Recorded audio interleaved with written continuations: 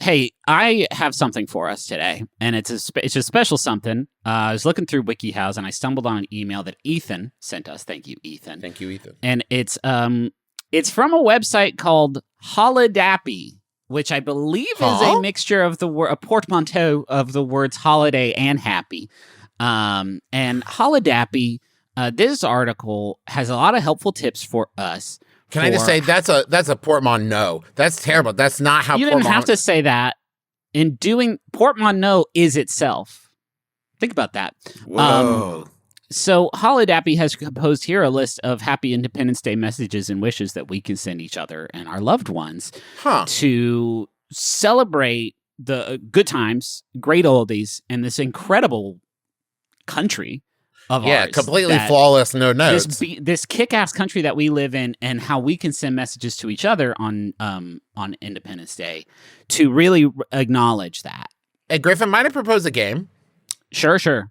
What if you read the message, right? Okay. And then we counted to 3, and all 3 of us said who in our life we think would send that message to us. Oh, no. This game won't work, and I'll tell you why. They're all Nani. Can I begin? Ah, damn it.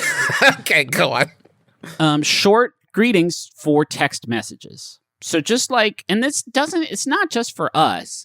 This episode, I don't know if we're putting this out on our usual day. If we do, it is July 4th right now when you're listening to this. So go ahead and snap off a few of these and just like shoot them over to your buds and see what you get back from. Let's salute the nation. That's one. That's the first one. And that sounds like weirdly like making plans for something, doesn't it? Like that's not just like, hey, happy 4th. That's like, let's do. Hey, what are you doing right now? Let's go salute the nation. When you salute the nation, do you look at the ground, or do you just try to shoot? You lay down. You lay down face down with your hand between your forehead and the dirt. That's good. So the second one escalates a little bit in that it says, "I pledge that the labor of our past heroes shall not be in vain." What? Wow. Hey. Wow. Also, not necessarily what the 4th of July is about. Yeah, I think you're thinking more Memorial Day. That's more of a Memorial Day vibe. Can you bring hot dog buns to the cookout? Thank you. I pledge that the labor of our past heroes shall not be in vain. I asked a pretty simple question about the hot dog buns. That's also a thing you could say after watching a lot of Marvel movies too. Yeah. You could also say something like, "I feel proud to be part of a prosperous nation." Followed up by Happy Independence Day. Yeah. Didn't start there though, huh? Nothing is as good as living in an independent and self-sustaining nation. Well, what are you talking about? Doesn't mean anything. You mean our self-sustaining nation that worries about our wheat supply, oil supply? Yeah, our self-sustaining nation that when boats couldn't get over from China started choking on its own puke until it shit its pants. That doesn't have enough. Doesn't have enough microchips to make things. We're doing it. Yeah, we have incredible computers we have trucks sitting in factories that don't have chips in them. Our one gubernatorial douchebag just strangles the entire avocado pipeline. What a beautiful self-sustaining nation. We don't need anybody else except baby, we got it. At best wishes and happy Independence Day. Here's wishing you have a happy Independence Day. Happy birthday to our dear country. Let's remember all the past heroes who fought for our freedom and unity. Okay. I love our past heroes. Let me say, if you were a hero and in the past, wild about it. Yeah. I feel like they do have a day. That's their day. The ones that are past heroes and current heroes, both got days. Like they both. If we were being honest, these messages would be like, and let's salute the idea of signing a piece of paper. Because really, come on. There's always got to be somebody, though, if you try to say what 4th of July is. There's always somebody who's like, no, it's not actually that. It's like the sign of the Declaration of Independence. And then there's always got to be some joker who's like, actually is the day that the Continental Congress announced that the different papers have been signed. You bring up such a great point, Justin. Why is the Joker so pedantic about history?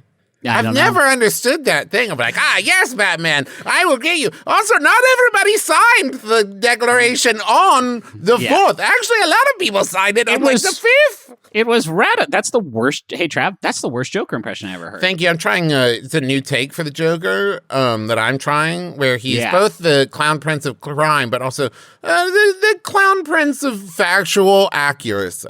Yeah. If somebody does come at you with that very pedantic correction, just hit them back with a, may God continue to uplift this country's glory. Is that what he's been doing?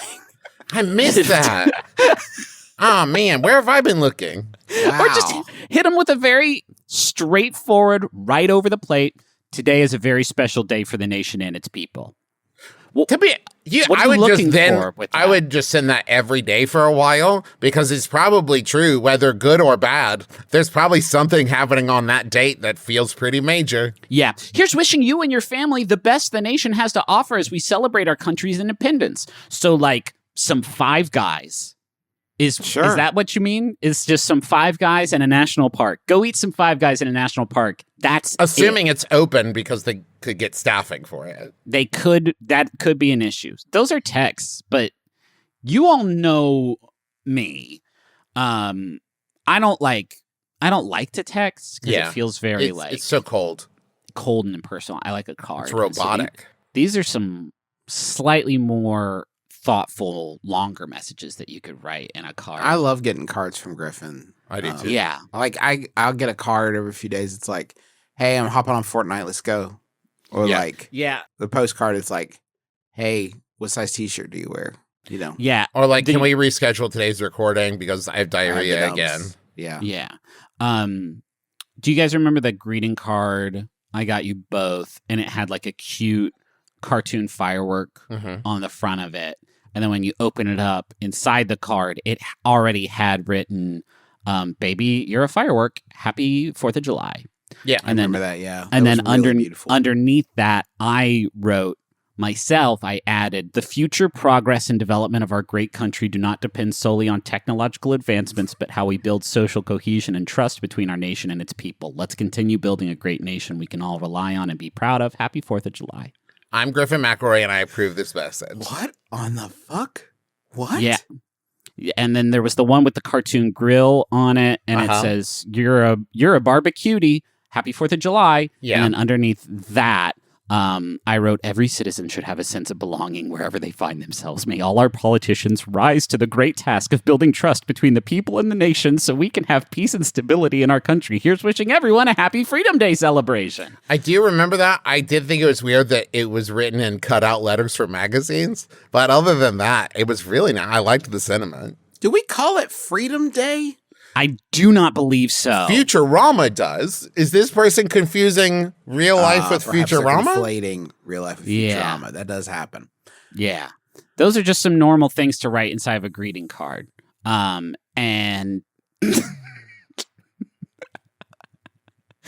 this is my favorite one. As we mark our insert number, Independence Day today, try to think of something that you have done to better the welfare of the people. If nothing comes to mind, then try to think of what you might be able to do in the future.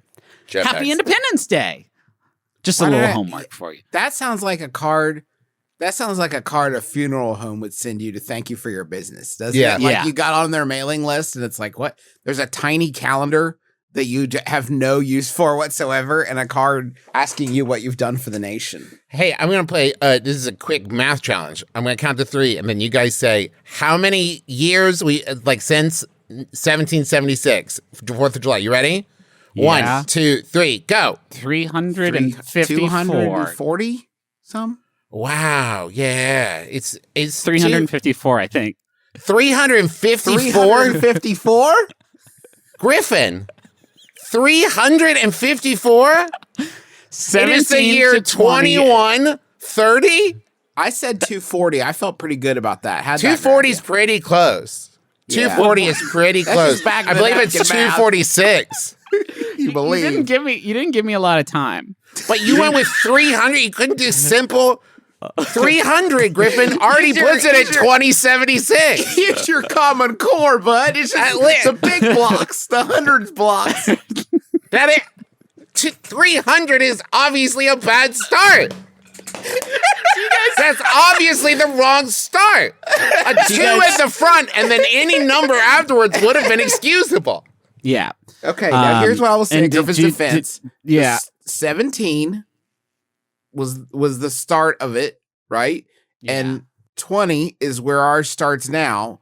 17 plus 20, 300. I can see how he would get there. It's not that. 17 plus 20 is 300. I think we can all at least agree with that. No, Do you guys remember the greeting card I sent you that had the cartoon American flag on the front of it? And it said, looking good in stars and stripes, baby, happy Independence Day. And then underneath that, I wrote, each time I remember those who laid down their lives for this day of freedom we are celebrating, tears roll down my cheeks. I wish they were alive today to see how the country is progressing toward greatness. I'm actually not getting any of your cards because every time you try to write my house number, it just says 777333 blue. It's like, no, Griffin, that's a wholly incomplete understanding of arithmetic. listen, I know we've talked about it before on the show, but if someone could snap their fingers and the founding fathers would be alive today, they would not care about where our country's at. They'd be terrified at everything else. TVs, cars. Okay, Mr. Bean, let's not airplanes. revisit our old gags to try to I know. reuse them for new purposes. I would take Abe Lincoln to go see that new Jurassic World movie, and he'd be like, oh, the whole time, like,